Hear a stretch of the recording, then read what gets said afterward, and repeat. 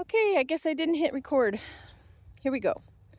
So we'll start with the zucchini rampicante. This right here is a very vigorous climber. Gives lots of squash. It's great to use for mock apple pies, and if you like zucchini. It is a little bit more resistant to squash bugs, so I don't have nearly the problem on these. I don't particularly like it as a winter squash.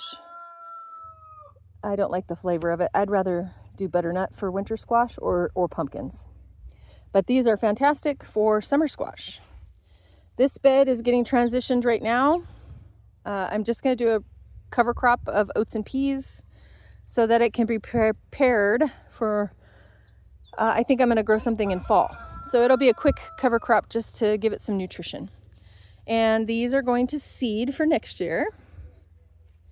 Some more zucchini rampicante here, which I have 3 plants here and 3 plants on the other side. And you probably only need 1 plant on both sides and you will have tons of zucchini, but go big or go home, right?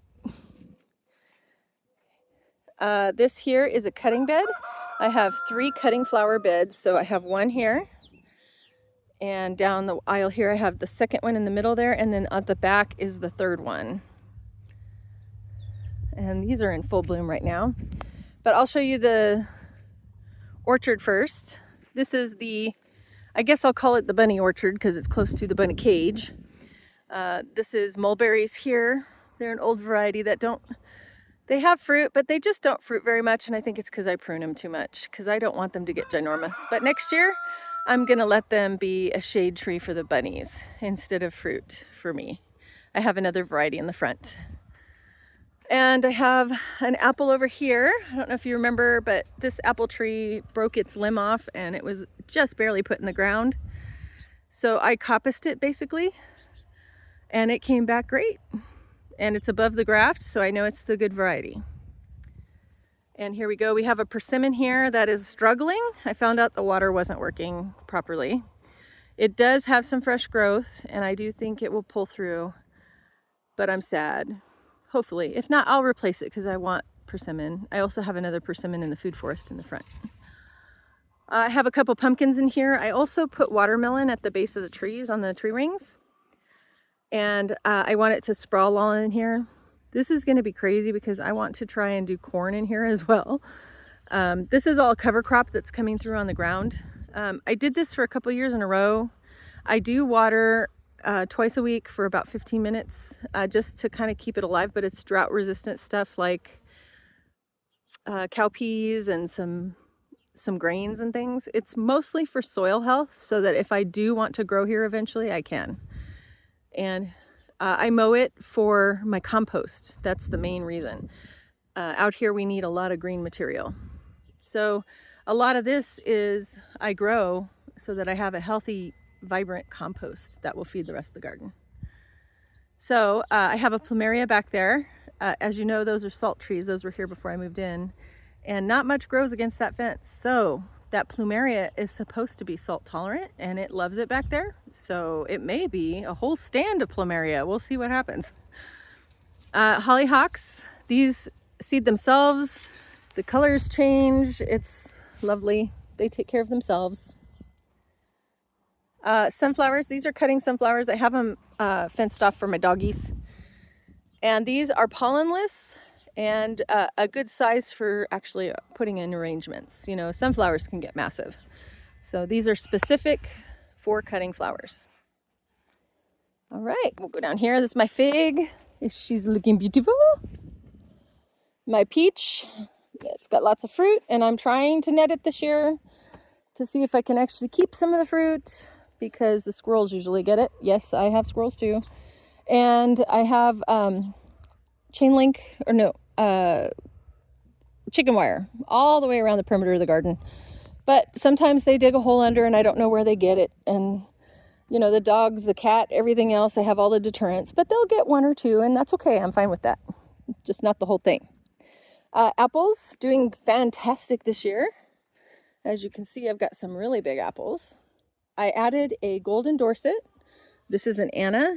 And those two love each other. They absolutely pollinate each other. They bloom at the right times to get fruit. Both have fruit, and the Golden Dorset is in its very first year. Amazing. This guy's a plum, Santa Rosa plum. 2 plums, and that's okay because it's a young tree. So I don't want it to, go crazy with fruit. This guy's struggling. It's a Fuji. This is what I bought to be a pollinator for the Anna, supposedly. Well, not out here. They don't bloom at the same time. So this guy we raised up thinking maybe he was too low, but we'll see. He's got another year or so to see if he can make it. Over here I have some Liatris. This is all new area that I planted. I'd like to have that as a perennial to cut. A Baptisia. This should be perennialized. This right here is called Kiss Me Over the Garden Gate. I'm excited to see what that does. Got it at Azure Standard. A lemon and a tangerine here. My little grape portico. Still trying to prune it so that it'll come over the top here and drop grapes down. We'll see. I haven't been successful yet. This is also cutting. There's a lot of yarrow and scabiosa, poppies, some wildflowers, some lilies. I've got some, these are bee balm.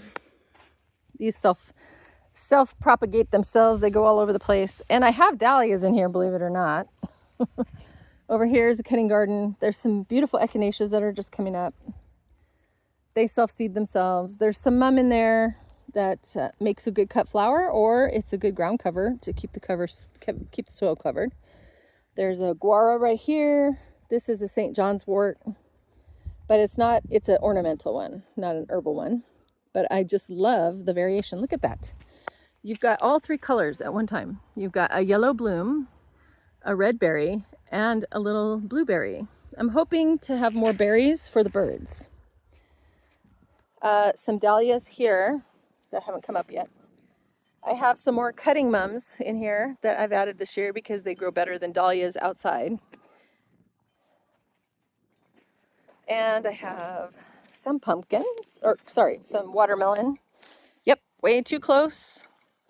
These are Mayo variety. It's a test to see how they do. It's an Indian, southwestern Indian variety, so it should be more tolerant of our droughts. And I have another one over here that's a trial. This one is called, I'll let you look at that tag, Oho Ham